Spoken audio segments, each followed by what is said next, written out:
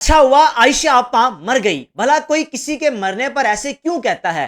پاکستان کی صحافی سارہ حسین صاحبہ نے عائشہ آپا کے حوالے سے ایسے الفاظ کیوں ادا کیے؟ عائشہ آپا کے بیٹے کہاں پر ہیں، کتنے دولت مند ہیں، تفصیلات آپ سے شیئر کروں گا۔ اور عائشہ آپا کی دولت آخر کہاں گئی؟ لاکھوں کروڑوں پتی، مہنگی مہنگی گاڑیاں، سب کچھ ایک دم کیسے ختم ہو گیا؟ ساری تفصیلات آپ سے اس ویڈیو میں شیئر کروں گا۔ جناب علی صحافی سارہ حسین کی پوسٹ آپ سے شیئر کروں گا۔ وہ یہ کیوں کہہ رہی ہیں کہ اچھا ہوا عائشہ آپا مر گئی؟ عائشہ آپا کو تو مرے ہوئے کئی برس بیت گئے تھے، یہ صحافی سارہ حسین کہہ رہی ہیں۔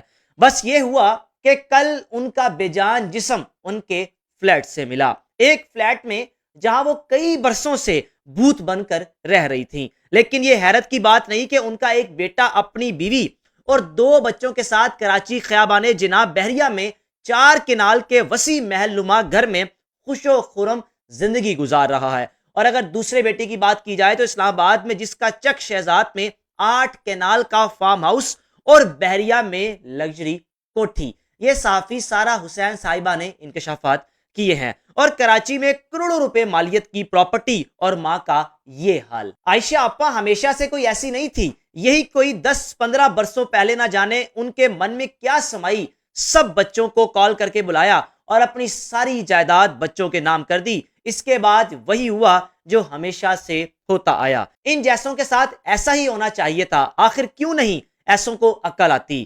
کس کس کا نام لوں؟ عائشہ آپا کی اولاد چند مہینوں میں ہی اکتا گئی۔ عائشہ آپا ایک دن طلعت حسین صاحب کے آگے پھٹ پڑی، زاروں قطار ہوتے ہوئے کہنے لگی کہ دن میں کئی بار سارے بچوں کو فون کال کرتی ہوں لیکن وہ میری کال اٹینڈ نہیں کرتے۔ اگر کوئی بچہ کبھی کال اٹینڈ بھی کر لے تو کہہ دیتے ہیں کہ اما جان ہم آپ کو 2 منٹ تک کال بیک کرتے ہیں، اور وہ 2 منٹ گزرتے سارا دن گزر جاتا ہے، کئی کئی ہفتے گزر جاتے ہیں، بچوں کی مجھے کال نہیں آتی، میں فون ہاتھ میں انتظار کرتے رہ جاتی ہوں۔ کبھی کبھی تو ساری رات انتظار میں گزر جاتی ہے لیکن کسی ایک کا بھی فون نہیں آتا۔ ابھی کوئی 10-15 برس پہلے ہی کی تو بات ہے جب عائشہ آپا نے بے حد شوق سے پراڈو ٹیزی گاڑی لی، شوق سے خود چلاتی ہوئی طلعت حسین کے گھر آئی، کیک اور مٹھائی لانا نہ بھولی۔ پھر وہ ہوتی اور کراچی کی سڑکیں اپنے غریب حلقہ احباب اور رشتہ داروں کو کبھی نہ بھولتی۔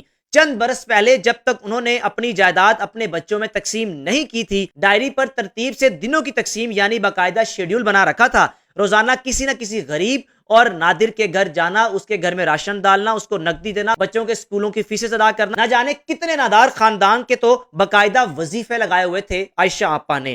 پھر ایک دن سب کچھ بدل گیا، اپنی جائیداد اپنے بچوں کے نام کر دی۔ اس کے بعد اس لیے ہی کہہ رہی ہوں کہ اچھا ہوا سانس کی ڈوری ٹوٹی تو انہیں یقیناً سکون مل گیا ہوگا، کیونکہ وہ جس طرح ساری رات اپنے فلیٹ کے باہر بے چینی سے ٹہلتی رہتی، اپنے آپ سے باتیں کرتی رہتی، تھک کے چور ہو جاتی تو نیچے بیٹھ جاتی، پھر ان سے اٹھا نہیں جاتا تھا۔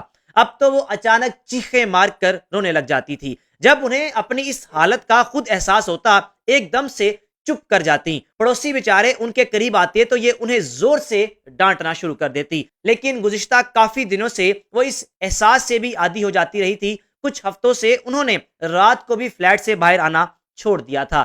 کبھی کبھار چند منٹوں کے لیے دکھائی دیتی، پھر پاؤں فریکچر کروا بیٹھی، پھر خاموشی۔ اس بار جب خاموشی خاصی طویل ہو گئی اور پھر فلیٹ سے جب عجیب سی بدبو بھی آنے لگی، عائشہ آپا کو تنہائی نے مار دیا۔ سبق سیکھنا چاہیے کہ جب تک آپ کے ہاتھ پاؤں ٹھیک کام کر رہے ہیں، جائیداد بچوں کے نام نہ کیجیے۔ وہ کتنے ہی ترلے کریں، منت سماجت کریں کہ ہمارے نام پراپرٹی لگا دیں، ان کے نام اپنی جائیداد نہ کریں، کیونکہ جس دن آپ نے جائیداد ان کے نام کر دی، آپ نے ہاتھ پاؤں کٹوا لیے، اب سوکھی عزت بھی نہیں ملنی، وقت تو چھوڑ ہی دیں۔ یہ جناب علی صحافی سارہ حسین صاحبہ نے انکشافات کیے ہیں ان کے بیٹوں کے حوالے سے اور عائشہ آپا کے حوالے سے، آخری لمحات کیسے تھے اور کس طرح 15 برس قبل ان کے پاس ایک مہنگی لگژری گاڑی تھی اور وہ غریبوں کی مدد کرتی تھی، ان کے گھروں میں جاتی تھی، راشن لگے ہوئے تھے، نقدی کیش دینا اور یہاں تک کہ وظیفے لگے ہوئے تھے، بڑے لوگوں کی وہ دیکھ بھال کر رہی تھی، اور جب ساری جائیداد اپنے بچوں کے نام لگائی پھر اس کے بعد سب کچھ ختم ہو گیا۔ کچھ بھی ہو جائے بچوں کے نام جائیداد نہ کریں، وگرنہ آپ بوڑھے ہو جاتے ہیں اور آپ کے بڑھاپے میں